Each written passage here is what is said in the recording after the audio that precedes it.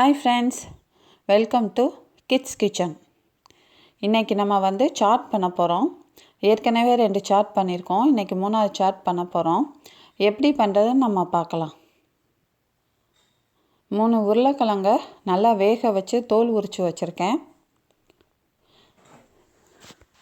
இதுக்கு நமக்கு தேவையான மாதிரி ஸ்மால் பீசஸாக கட் பண்ணிக்கலாம். இதோட பாதி வெங்காயம் சேர்த்துக்கோங்க. பாதி பச்சை மிளகாவும் சேர்த்துப்போம். நான் வீட்டில் பீனட் மிக்சர் பண்ணேன். ஸோ அது இதில் சேர்க்கும்போது நல்லா கிறிஸ்பியாக நல்லாயிருக்கும். நான் அது ஒரு 4 ஸ்பூன் சேர்த்துக்கிறேன்.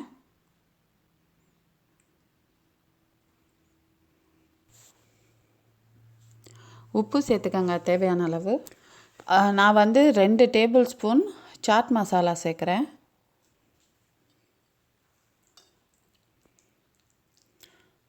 இப்போ நம்ம நல்லா மிக்ஸ் பண்ணணும்.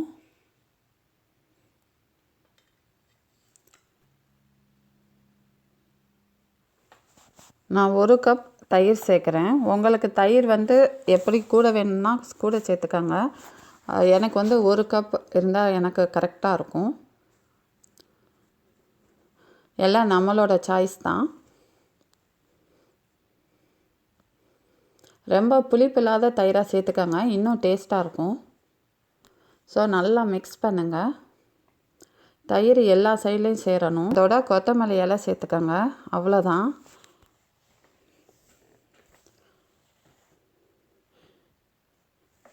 தேங்க்ஸ் ஃபார் வாட்சிங்.